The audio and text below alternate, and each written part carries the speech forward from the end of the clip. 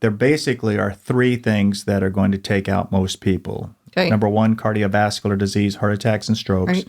Number two is cancer. And then number three is neurodegenerative disorders, Alzheimer's, Parkinson's, etc. And when we look at those diseases, all of them are powerfully influenced by what we eat. What I coach up front is we try to get the body straightened out first. We talk about emotional well-being, adequate sleep, good nutrition, exercise, and we call those the four legs of the table of health.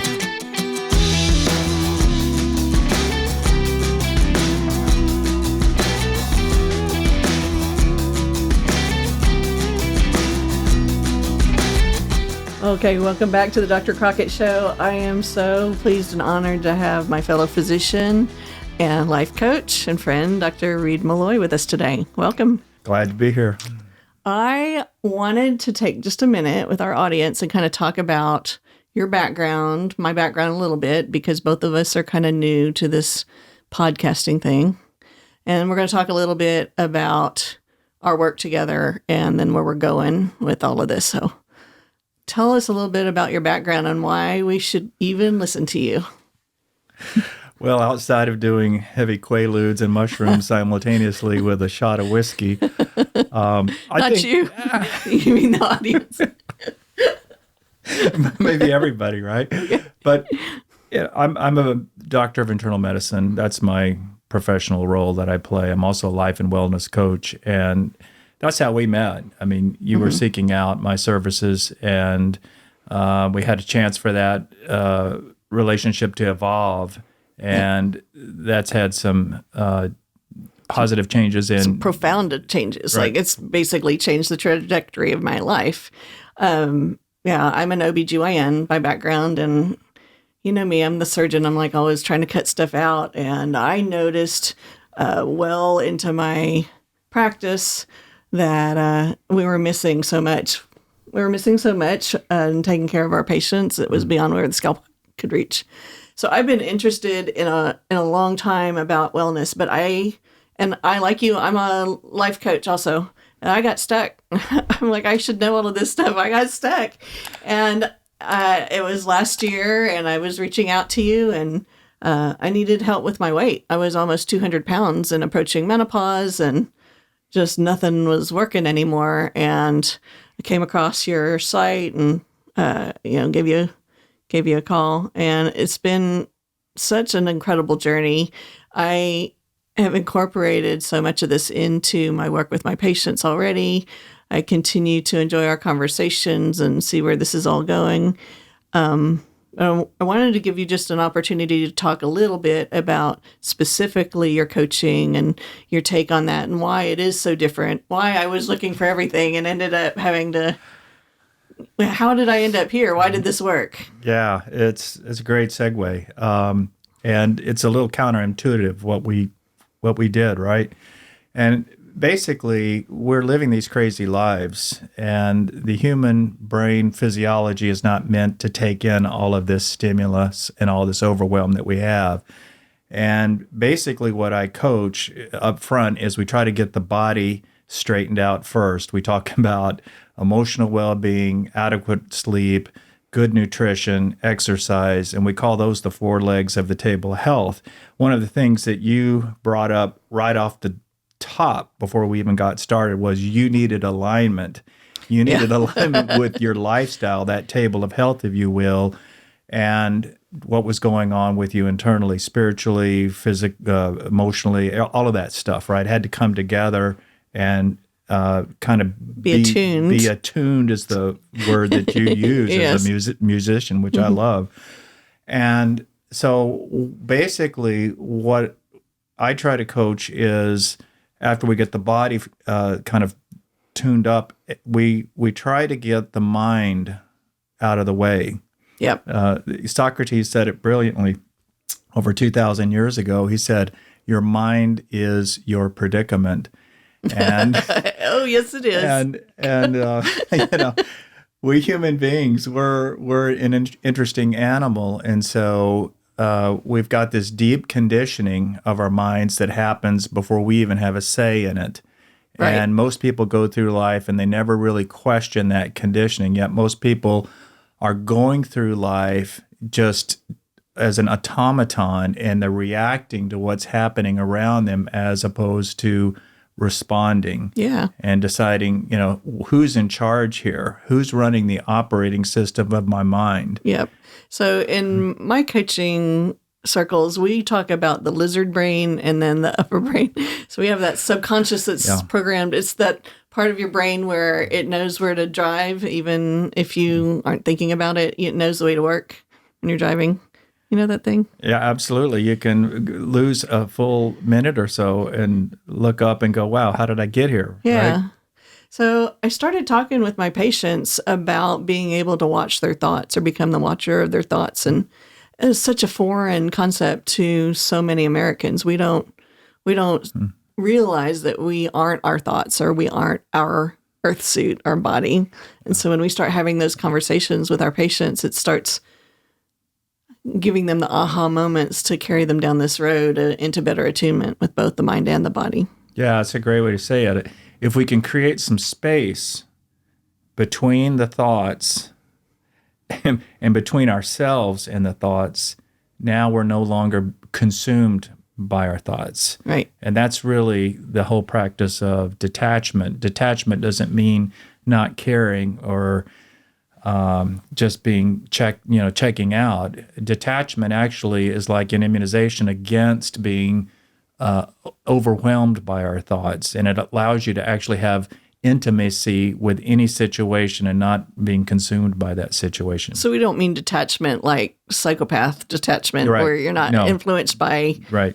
What we're talking about, just finding that stillness, Creating space and where it doesn't matter. Yes. The art of not caring. Well, there's a popular book that was written about this, but those concepts are over 2,500 years old, and we just are, unfortunately, we live in a culture that doesn't emphasize the awareness around watching our thoughts. The word mindfulness has been overused, I think, and frankly, we need just the opposite. We don't need a full mind. We need more of an empty mind. Yeah. And you call that stillness theory. I call that stillness. Yeah, that's beautiful. I want to talk a little bit about trends that we're seeing in our patient population and kind of our world in general. So I kind of mentioned that our patients just for a while didn't have the idea at all about awareness or alignment, mindfulness, meditation. I get asked all the time how to meditate and what that is, and does it go against their faith? Right. So there's a lot of education going on, but when you and I first started and we started going down the food route, even a year ago, things were a lot different than they are now in my office. Mm-hmm. So the whole food plant-based thing, the first time I heard that, I'm like, oh, that's vegan. I'm not doing that. I need my meat. I need my protein. And a lot of my patients kind of hit that barrier too. Mm-hmm. And I remember you told me at the beginning you couldn't hit them too hard with it because it just couldn't sink in. Like there needed to be a softer way for them to get the information. And what I've noticed in the last month, as a matter of fact, is all of a sudden a lot of my patients are really open to that. A lot of them. And I think there's an information explosion happening, especially in women of midlife, mid-age, where we're starting to tune into the benefit of eating clean and eating a whole food plant-based diet. So I just wanted to ask you a little about your experience with how you educate patients in that, and what you're seeing in your office. Yeah, that's a great question. I mean, I'm seventh generation Texan, by the way, and we got started off in the cattle business in the 1840s, and all the men on my mother's side of the family in their mid-50s, kapoosh, heart attack, stroke. Gosh, And that's not funny. my brother and I used to joke around when we were like 16, 17. We're a third of the way through this gig. Gosh. And we had no idea, My that it goodness. was nutrition that was driving that. So we were raised on southern fried everything. So I get it. Yep. As a second-year medical student, I started experimenting with changing how I ate. And the thing I learned real quickly is that our taste buds are the dumbest part of our body, and they will lead us. Really? They will lead us to premature demise. And that old saying that it's an acquired taste is true. It doesn't mean that you have to get used to eating cardboard. I mean, a lot of people, when they think about eating plant-based, they think it means deprivation. Man, it doesn't. Like, I thought Yeah. that at first, too. I'm going to be eating 2 pieces of asparagus and a Yeah. pea.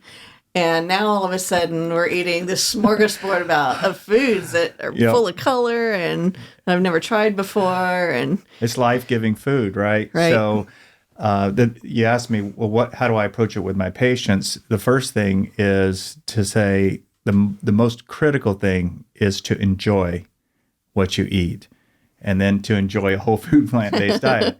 And getting them from where they are to that place is as much art as science, but it's becoming a lot easier today. We have all these incredible resources out there, social media.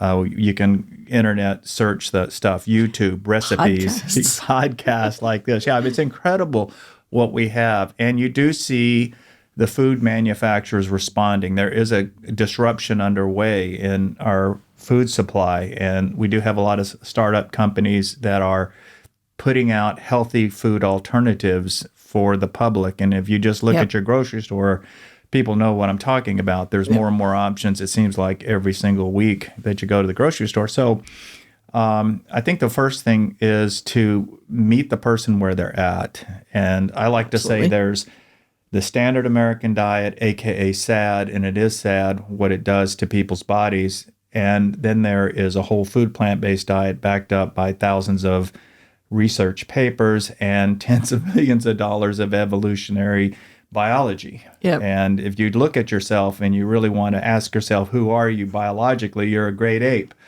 And they're plant eaters. And so we have to meet the person where they're at and give them choices. And I say to folks, look, the best and most impactful thing you can do and get dramatic results is to go where you are now and just take the plane. Just jump all the way over across and jump in with both feet. Go big. Mm-hmm. The other alternative is to help people make that walk or that journey on the ground one way or another. And I've done it both ways with patients. And so you have to meet the person where they're at. But I'm a big believer in making the big leap just up front, because you get an impact immediately. Within days, a person starts to feel better. Blood pressure is going down. Blood sugars are going down. Quality of life is improving. Energy level goes up. You experienced all of those things, right, Sue? Yeah, especially the mood thing, which surprised me because I thought of myself as a pretty happy person, pretty optimistic, but my anxiety level has it's almost zeroed out, and it's been a hectic year. It's been a lot, no lie. But I was just thinking about it the other day in the operating room with my team. In fact, one of my team members, they were like, "Who are you? And what did you do with Dr. Crockett?" Not that I ever was one of those like knife throwing surgeons, instrument throwing people, but just my patience and calmness in the operating room, and it's just made it so much more pleasant. And I hardly feel that anxious twinge anymore. And when I do, it's super noticeable and I'm super aware of it. And then I just go right to that still place, which is really cool. It's a whole new area of science that's opening up. And what we eat has a massive impact on our brain neurochemistry. There are bacteria that have been making the journey with us for tens of millions of years. We call that the microbiome. Yep. People have heard about it as far as our gastrointestinal tract is concerned, but it really is for the bugs all over your body. Mm-hmm. But serotonin, as most people know today, is that mood elevating neurotransmitter. And if you're eating the standard American diet, you're more likely to be sad or to be irritable or to be angry. I've had many times patients who go plant-based and then they come back into the office 6, 8 weeks later and they'll say things like, my road rage is gone, or I'm a kinder person. My wife likes me better. She smiles at me more. Our relationship's improved. All of these things are not an accident because most of the serotonin in the body is actually made in the GI tract. Yep. And so if you put the right fuel in, you get the right neurotransmitters out. And that's not something we were ever taught when we were going through med school. We just didn't know. So I want to go back to something you said about genetics and a conversation that we had earlier before the show. I want for you to take the example of the broccoli sprouts. Oh, broccoli sprouts. And I want you to talk about that a little bit and how important that is. Well, Rhonda Patrick kind of turned me onto this. She's got a podcast out there, a YouTube video, and I think she put it out about 6 years ago. And she brought the viewers' attention to a compound called sulforaphane. And sulforaphane is... Sulforaphane. Yeah, we'll have to spell it. Put that up on the screen. So people know how to Google that. But in cruciferous vegetables, there is a compound called glucoraphanin. And in cruciferous vegetables is an enzyme called myrosinase. And so when you chew and eat something like broccoli or cauliflower, watercress, and those kind of cruciferous vegetables, what you get is you're going to get a release of the myrosinase. And the myrosinase converts the glucoraphanin to sulforaphane. Now, sulforaphane is this incredible compound that really regulates hundreds of genes, turns off inflammatory genes, turns off oncogenes that cause cancer and so forth. And so this is something we want to be getting into our body. In her video, Rhonda goes into the dosing, how much is really ideal. And John Hopkins did a ton of research on this. And the highest containing shall we say, glucoraphanin, myrosinase, sulforaphane food is broccoli sprouts. Sprouts. Yeah. Which I think is completely fascinating. When we were in medical school, we were taught that our genetics drive our risk of cancer. And it's only recently that we're discovering epigenetics, that what we do or what we eat, our environment, how we think, are all things that can influence the gene switches going on or off. And it matters 90% of the time, and our genetics that we're born with really are only like 10% of the time. So who knew broccoli sprouts? Yeah, broccoli sprouts have about 100 times more sulforaphane. The key thing about the cruciferous vegetables and the broccoli sprouts is you cannot heat them above 60 degrees centigrade, or you destroy the myrosinase, and it will make that conversion of glucoraphanin over to sulforaphane. So you got to eat the raw little sprouts on your sandwiches and salads. Raw is best. Absolutely. And your comment about genetics being your destiny, somebody said it brilliantly, and I wish I could remember who it was, but they said your genes are the gun, but your lifestyle pulls the trigger. Yeah. And that's really a powerful way to think about it. So genes are the gun, but your lifestyle pulls the trigger. Wow. Yeah. And in our culture, of course, we're living in a culture of big food. And people don't realize, because they're just born into it, and they get you in the cradle, and all this frankenfood and fake food and fast food that has been just sort of built into our lives is something we don't think about. No. It's just what's around us. Yeah.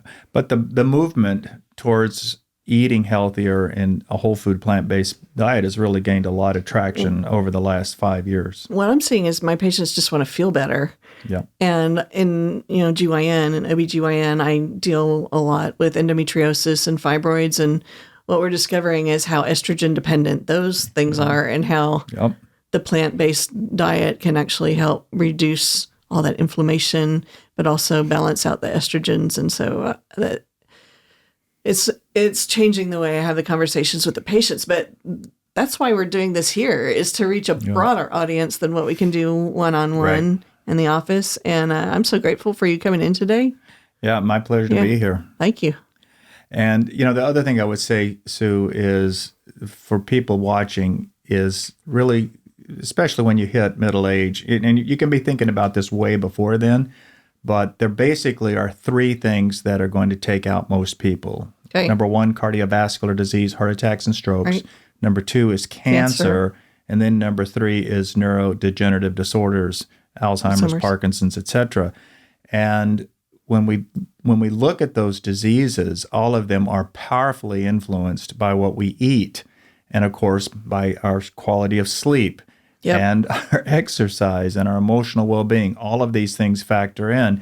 And this whole paradigm of inflammation, as we get older, our inflammation levels go up in the body, and inflammation is driving all of these diseases. So we're back to the table of health again. We're back to where we started. Yeah. It all comes back to the table every single time. And that's that's a very powerful model that anybody can use. And leg one is exercise. Leg two is adequate rest, adequate sleep. And leg three, emotional well-being, and then leg four, nutrition. Not in any order of importance. They're all critical. Yep. Awesome. Well, thank you so much for chatting with us today. Oh, you're welcome.